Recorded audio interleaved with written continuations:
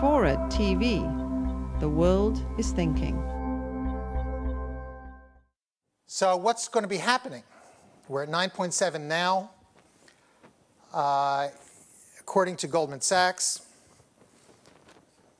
we're going to be seeing, by the middle of next year, 10.3% unemployment, perhaps 10.5% by the end of the year.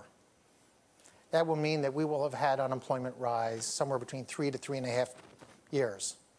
For those people who aren't paying attention, we have an election next November. Just thought I'd mention that. This is not a good thing. It's not a good thing for people. It's not a good thing for progressive politics whatsoever. And it causes a lot of pain.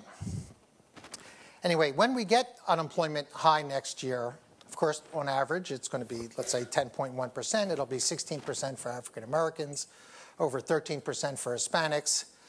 Asians, for which I don't have a projection here, will be less than average. But it's going to affect a lot of people. Communities who live in a recession, even in the best of times, are going to be in a deep, deep depression. Of course, when we have unemployment of around 10%, there's going to be around 18% are going to be unemployed or underemployed in an average month in 2010. And because underemployment or unemployment is not the same person in January that's unemployed as unemployed in June, over the course of the year, you have over a third of the people are going to be unemployed or underemployed at some point in 2010. And if you're in a minority community, it's more likely to be about 40% are going to be unemployed or underemployed at some point during the year. So there's a lot of pain ahead. So what does this do? Well, we estimate that child poverty is going to increase by 50%, from 18% in 2007 at the end of the last recovery to 27% in the years ahead. For African American children,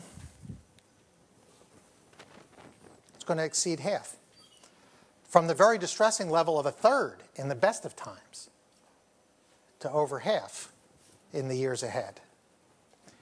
Now, this is something that affects every family, even in the upper fifth to the bottom fifth. If you look at the families in the bottom fifth, they are going to be suffering incomes that are relative to 2007. Their incomes over the next 4 years are going to average 7% below what they were in 2007. It's a loss of around $1,200 per year, $4,500, $4,600 over that 4-year period through 2011.